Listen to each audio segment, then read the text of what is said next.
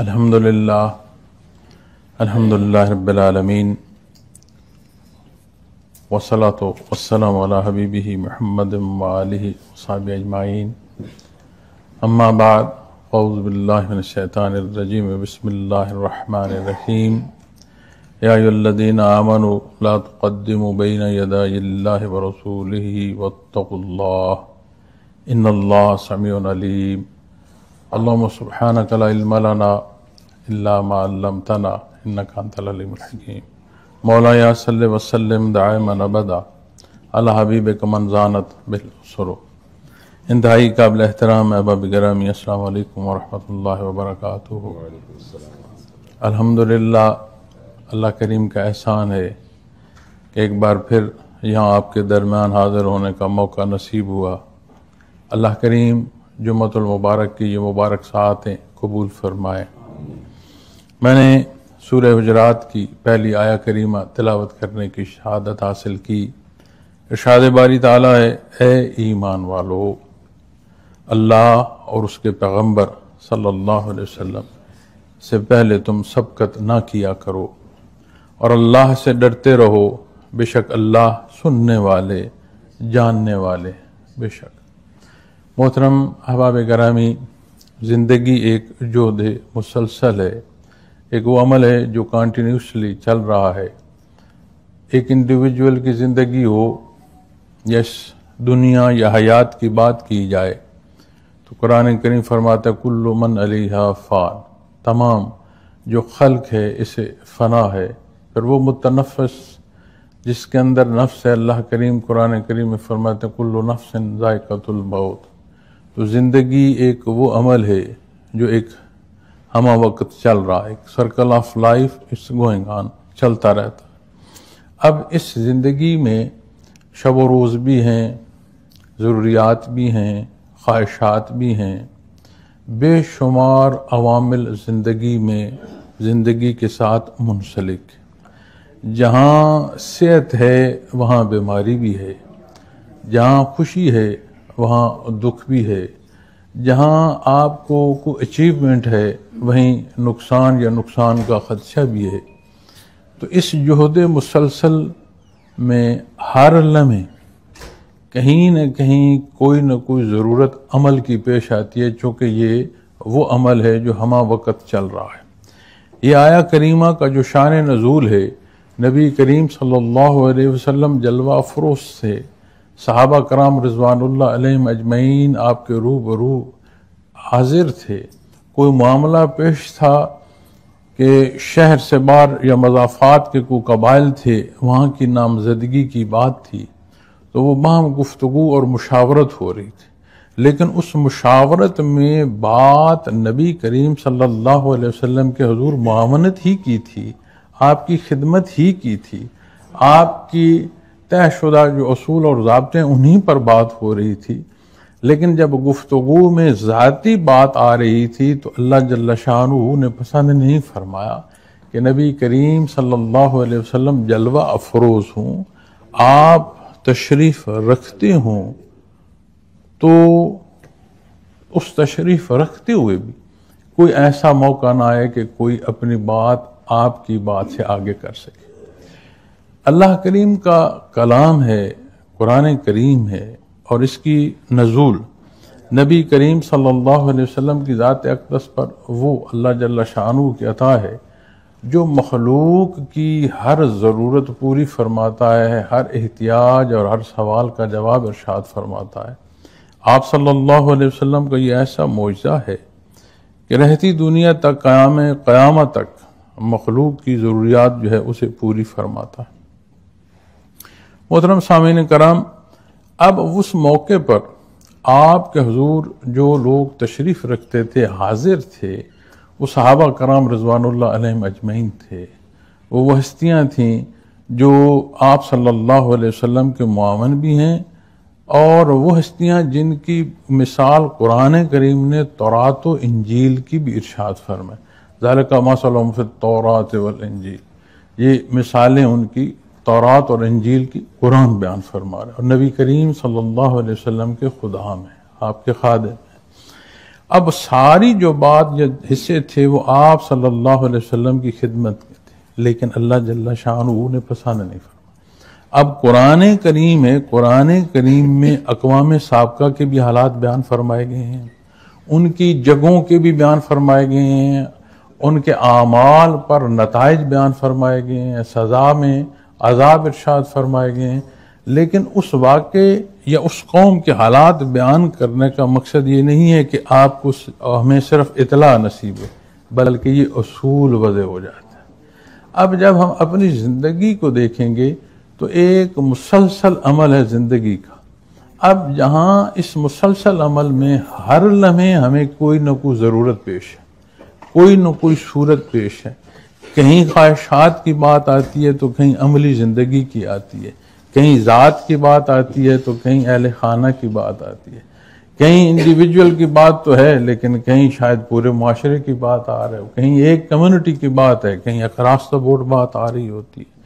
تو جب ہر جگہ ہر پہلو میں اس حصے کو دیکھیں گے کہ اللہ اور اس کے پیغمبر صلی اللہ علیہ وسلم کے فرمان سے تجاوز نہ ہو، تو یہ وہ کیفیت اور حصہ ہے جو بندے مومن کی شان ہے۔ اس لیے ارشاد فرمایا جا رہا ہے یا ایھا الذین آمنو، اے ایمان والو، جنہیں نور ایمان اور یہ شرف نصیب ہے، وہاں بنیاد ہے، چونکہ وہ اقرار کرتے ہیں لا الہ الا اللہ، لا الہ کوئی الہ نہیں الا اللہ سوائے اللہ کے۔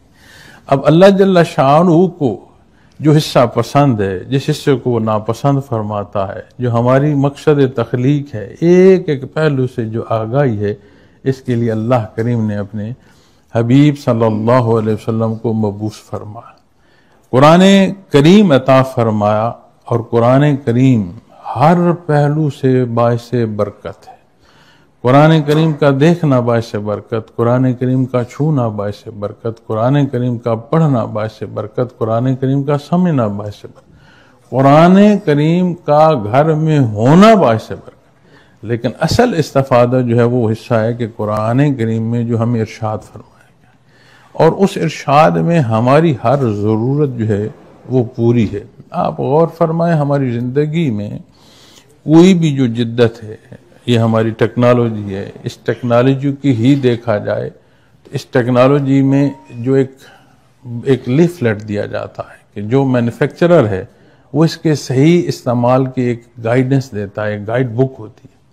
اب اس گائیڈ بک کے مطابق کسی بھی ایجاد کو، کسی بھی جدید ترین شے کو جب ہم استعمال کرتے ہیں تو اپنا جو اس کے اندر خصوصیت ہوتی ہے وہ اس سے ہم پوری طور پر استفادہ حاصل کر سکتے ہیں، ہمیں فائدہ نصیب ہوتا ہے۔ قرآن کریم اللہ جل شانہ کا کلام ہے، اور مخاطب فرماتا ہے یا ایھا الناس، پوری ہیومن بینگ کو مخاطب فرماتا ہے اے اولاد آدم۔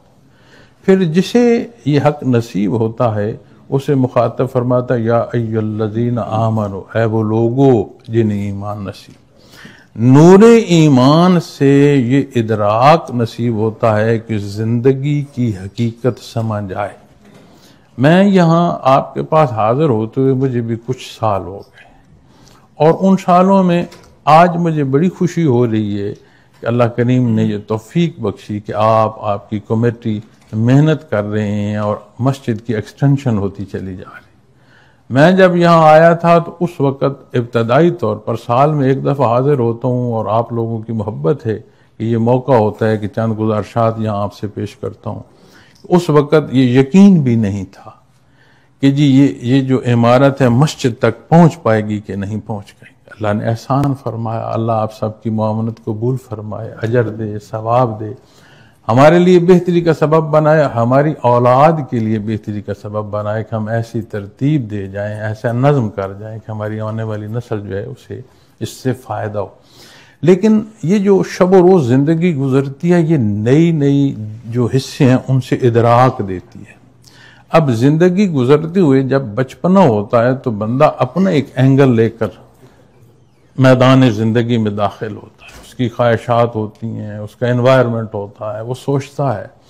اب وہ کس پیٹرن آف لائف پر چلتا ہے، اس کی اپنی اہلیت کتنی ہے، اس کی ذہنی استعداد کتنی ہے، اسے کیسی سراؤنڈنگز ملی، اس کی اپرچونٹیز کیسی تھیں، اس کے اندر اپنی جو کوالٹیز ہیں اللہ جل شانہ نے وہ کیا کیا عطا فرمائے. تو ہر آنے والا دن اس کے لیے نئے انداز اور نئے زندگی کے دروازے کھولتا ہے.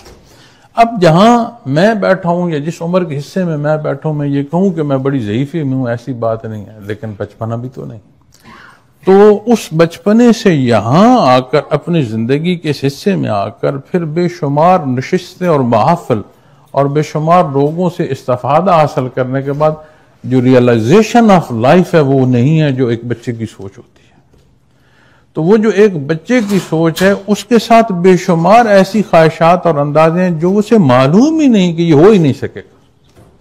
اب وہی انسان جو ایک معصوم بچے کی حیثیت سے پیدا ہوتا ہے اور جس کی تخلیق اللہ جل شانہ نے ایسی فرمائی ہے کہ ہر بچہ جو پیدا ہوتا ہے قلب سلیم ہے اس کے پاس، ایک صاف دل ہے، ایک صاف اور شفاف آئینہ اور شیشہ ہے. اس پر کیسے حالات واقع ہوتے ہیں، وہ کن زندگی کی سردیوں اور گرمیوں سے گزرتا ہے، وہ عکس پیدا ہوتا ہے اس کے آئینے پر اور شیشے پر. جب وہ اپنی زندگی کے ان حصوں میں آتا ہے کہ جہاں وہ یہ سمجھتا ہے کہ میں نے ہر چیز کو سمجھ لیا، تو وہاں آ کر جو اس کی زندگی کا پیٹرن ہے، وہاں آ کر جو اس کے اپنے انداز ہیں، تب بھی اسے ضرورت ہے کہ وہ رجوع کرے قرآن کریم سے، وہ رجوع کرے نبی کریم صلی اللہ علیہ وسلم کی ذات اقدس سے. اب اس کو ایک اور پہرائے سے بھی ہم دیکھتے ہیں اور جج کرتے ہیں. جج تو ہم نہیں کر سکتے کیونکہ ہم مخلوق ہیں، مالک کا کلام ہے. جج معنوں میں اپنی زندگی کے معنوں میں کہ ہم اپنے پہلوؤں کو جو جج کریں اس نقطہ نظر سے. دنیا میں جتنے معاشرے ہیں، آج کی جو گلوبلائزیشن اور جتنی جدت ہے، اس نے ہمیں اس طرح جوڑ دیا ہے کہ یہاں بیٹھا ہوا شخص دنیا کے دوسرے سرے پر جو حالات ہیں ان سے واقف ہے. پوری طور نہیں ہوگا، کلی طور پر نہیں ہوگا، جزوی طور پر ہوگا، لیکن واقف ہے. وہاں کے جو لوگ ہیں وہ یہاں کے حالات سے واقف ہوں گے. آج کا ایجوکیشنل سسٹم جو ہے وہ ہمیں جہاں سکول میں جا کر ملتا ہے وہیں ہمیں آن لائن بھی ملتا ہے. کسی سلیبس کو دنیا کے کسی کونے میں بیٹھ کر آپ اسے دیکھ سکتے ہیں کہ اس کی سلیبس جو ہے وہ کیا ہے، وہ مجھے زندگی کے کس حصے میں کیا رہنمائی دے. آپ آرام سے اسٹڈی کیجئے، آرام سے آپ دیکھیے، تجزیہ کیجئے. کوئی بہتر انداز زندگی، کوئی بیسٹ نوم اگر آپ کو ایجوکیشن سے مل رہی ہو یا کسی معاشرے سے مل رہی ہو، آپ انہیں سرچ کر کے لے آئیں، وہ آپ کو اللہ جل شانہ کے فرمان میں آپ کے لیے حکم کے لیے ملے. یعنی انسانی معاشرے میں جو بہتر حصے یا اقدار ہیں وہ ہماری ضرورت ہیں اور قرآن کریم ہمیں اس کی تعلیم دیتا ہے. نبی کریم صلی اللہ علیہ وسلم نے اپنی مبارک زندگی بسر فرمائی، عملی طور پر ہمیں نصیحت. اب جب تک ہماری زندگی میں بحثیت مسلمان قرآن کریم نہیں ہے اور قرآن کریم کی حدود و قیود وہ جو نبی کریم صلی اللہ علیہ وسلم نے مقرر نہیں فرمائی ہیں، تو مثال معاشرے یا زندگی میں ایسی ہو جائے گی جیسے ایک ٹوٹی پتنگ ہے.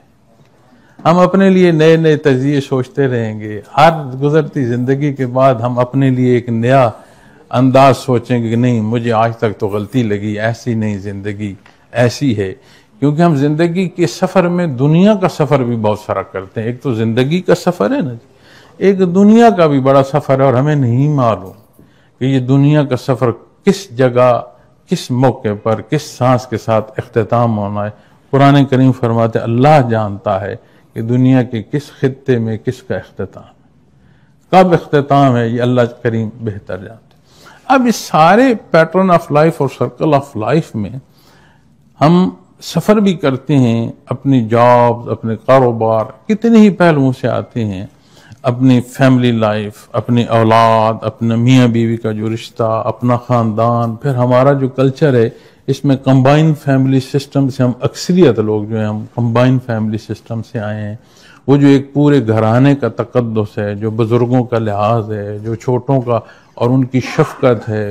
ہم ایک دوسرے کو اکاموڈیٹ کرتے ہیں، ایک دوسرے کو یہ محسوس نہیں کرتے کہ یہ میری زندگی میں انٹرفیئر کر رہا ہے، کہ اس کی انٹرفیئرنس ہے اور میں تنگ ہو رہا. نہیں، ہم اکاموڈیٹ کرتے ہیں.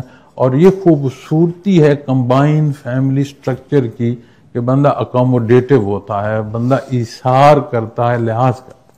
اب جب آپ اپنی زندگی کے ان تجربات سے گزرتے ہوئے آتے ہیں تو بندہ پوری محنت اور شوق سے لگا ہے دنیا کو ارن کرنے، ارن کرتا آتا ہے، کیا کس لیے کر رہا ہوتا ہے؟ For better level of living, اس کی خوراک اچھی ہو، اچھا پہن سکے، اچھا رہ سکے، اچھی رہائش ہو، اچھی اولاد کی تربیت ہو سکے۔ ایسا موقع آ جاتا ہے کہ ارننگ ہوگی، رزق ہو گیا، آپ وہ خوراک نہیں کھا سکتے جس کا آپ کو دل ہے، میڈیکلی وہ آپ کے لیے منع ہو جاتی ہے۔ آپ ایسے انوائرمنٹ اور ایسے موسم میں نہ رہ سکیں شاید جو آپ کو پسند ہو، میڈیکلی وہ آپ کو کوئی اور حصہ کہیں کہ نہیں اس موسم میں آپ نہیں رہ سکتے، آپ کو تکلیف۔ اور زندگی کے ہر گزرتے لمحے کے ساتھ یہ جو ریئلائزیشن ہے اس کا عمل جاری رہتا ہے۔ آپ غور کریں، کبھی ہم ملتے ہیں تو بڑا موٹیویٹڈ ہوتے ہیں، اور کبھی بندہ حیران ہوتا ہے کہ کیا ہماری واقفیت بھی تھی کہ نہ تھی، کیوں؟ اس پر وہ زندگی کے اثرات مرتب ہو رہے ہیں۔ اب اس سارے جو پیرائے ہیں اس میں ہمیں ضرورت کیا ہے؟ ایک ایسا پیٹرن آف لائف جو اعتدال پر بھی ہو، جس میں ذات بھی ہو، جس میں خاندان بھی ہو، جس میں معاشرہ بھی ہو، اکراس دی بورڈ بات آئے، صرف ایک کمیونٹی کی بات نہ آئے، صرف ایک ماننے والے کی بات نہ آئے، پوری جو ایک ہیومن نیشن ہے اس تک کی بات صرف نہ رہے، بلکہ خلق تک چلی جائے، مخلوق تک چلی جائے۔ اب جب آپ ان حصوں کو دیکھیں گے تو آپ کو اس اصول کی ضرورت ہے جو مستحکم ہو۔ ہم جب اپنی خیال کرتے ہیں تو ایک دن سوچ اور ہوتی ہے، دوسرے دن سوچ اور ہوتی ہے، ایک دن موٹیویٹڈ ہوتے ہیں، دوسرے دن ڈی موٹیویٹڈ ہوتے ہیں۔ ہم لا آف لینڈ کو دیکھتے ہیں، وہ وقت کے ساتھ بدلتے ہیں، ضروریات کے ساتھ بدلتے ہیں، تو وہ کون سا اصول، کون سا ضابطہ ایسا جو ہمیں اعتدال بھی دے اور ایسا انداز زندگی دے جو خوبصورتی دے، جو نکھار دے۔ اب اسے خوبصورت نہیں کہیں گے جو مجھے پسند ہے، خوبصورت حصہ اسے کہیں گے جو سب کے لیے ایکسیپٹیبل ہو، اس میں وہ پہلو جو مجھے بھی سوٹ کر رہا ہو اور تمام کو سوٹ کر، وہ کیسے حاصل کریں گے؟ کیا خواہشات سے یا اپنی دسترس سے؟ نہیں۔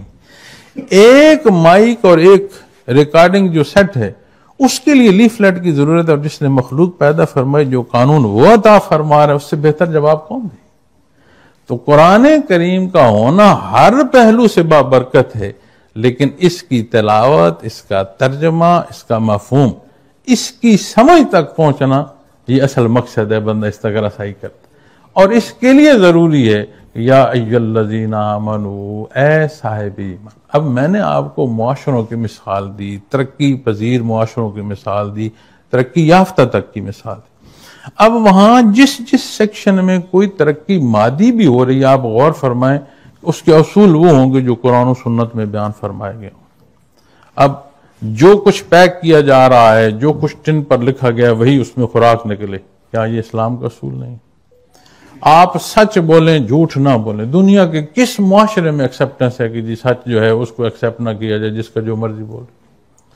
آپ بڑے کا لحاظ کریں، چھوٹے کے ساتھ شفقت کریں، دوسرے کو اکاموڈیٹ کریں۔ مجھے کوئی معاشرہ دنیا کا اٹھا کر بتا دیں کہ جس میں یہ چیز جو ہے اعلیٰ نہ ہو۔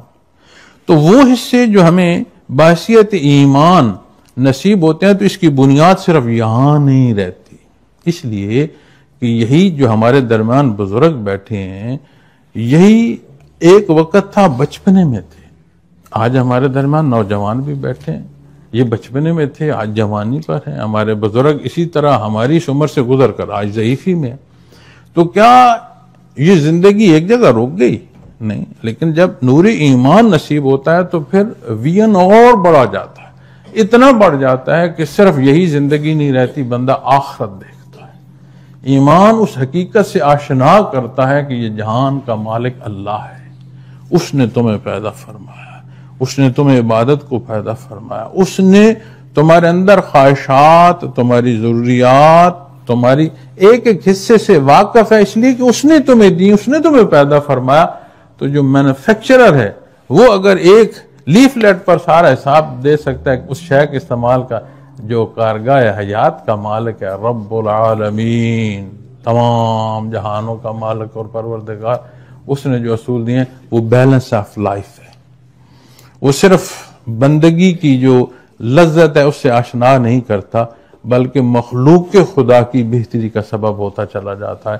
اب وہ اصول بتایا جا رہا ہے ایمان کے ساتھ آخرت تک کی بات ہے۔ صرف یہاں دنیا کی بات نہیں آئے گی. اگر یہیں دنیا کی بات ہو تو جو معذور پیدا ہوا اس میں اس معذوری کا اس کا کیا قصور؟ کسی کو حالات ایسے پیش آئے کہ وہ بہت شارپ مائنڈ ہے، ہمیشہ اسسٹنٹ رہا ہے، مالک نہیں ہو سکا، چیئرمین جو ہے کمپنی کا نہیں بن سکا. کتنے چیئرمین ہیں کمپنی کے، انچارج ہیں، مالک ہیں، جنہوں نے اپنے ساتھ معاون رکھے ہوئے، وہ اپنا کام نہیں چلا سکتے. مینیجریل جاب پر اتنے کوالیفائڈ لوگ ہیں لیکن وہ مالک نہیں ہیں کمپنی کے. اللہ کی تقسیم ہے، کس کو کہاں پیدا فرمایا. اب جس کو صحت عطا فرمائی اس کا امتحان اس صحت میں ہے کہ اللہ کا شکر ادا کرتے ہوئے کیا اپنا مثبت کردار ادا کرتا ہے. اور اگر کوئی بیمار ہے تو کیا اس بیماری میں اللہ سے شفا کی دعا کرتا ہے، اپنی تدبیر کرتا ہے اور صبر کرتا ہے کہ نہیں؟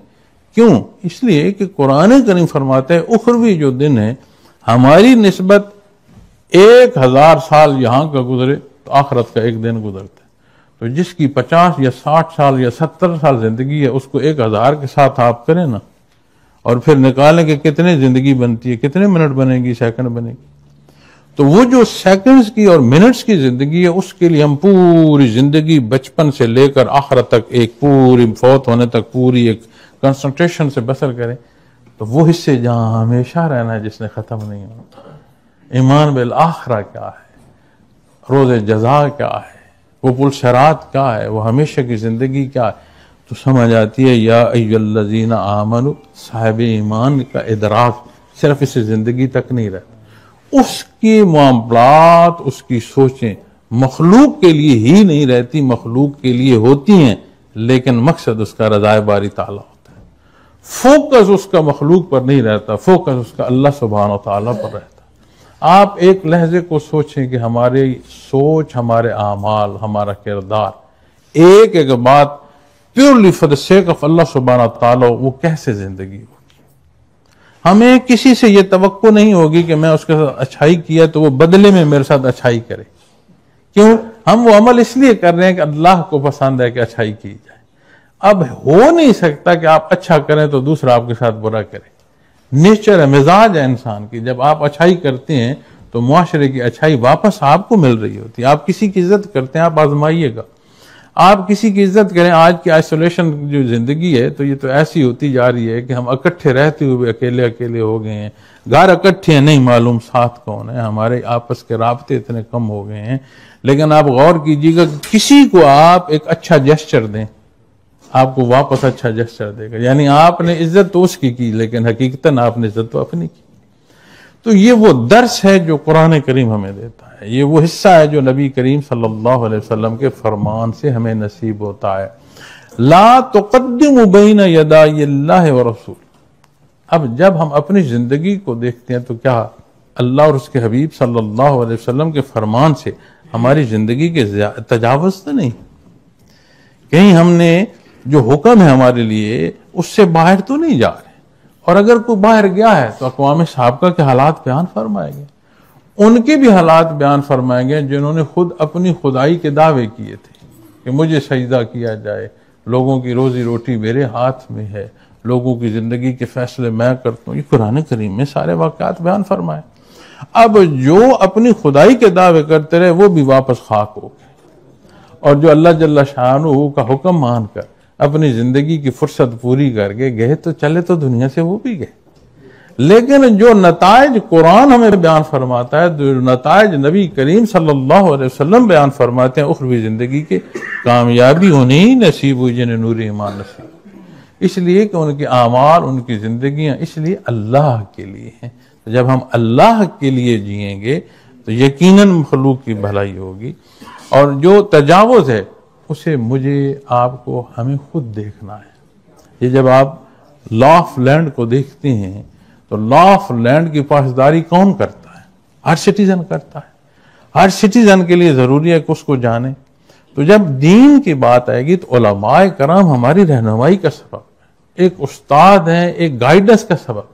لیکن میری as a normal human being سے پھر بینگ اے مسلم میری ذاتی ذمہ داری نہیں ہے کہ لا آف لینڈ جس طرح جانتا ہوں ایز اے ہیومن بینگ، اس طرح کیا میں بینگ اے مسلم جو اللہ کریم کا فرمان ہے اسے جانوں.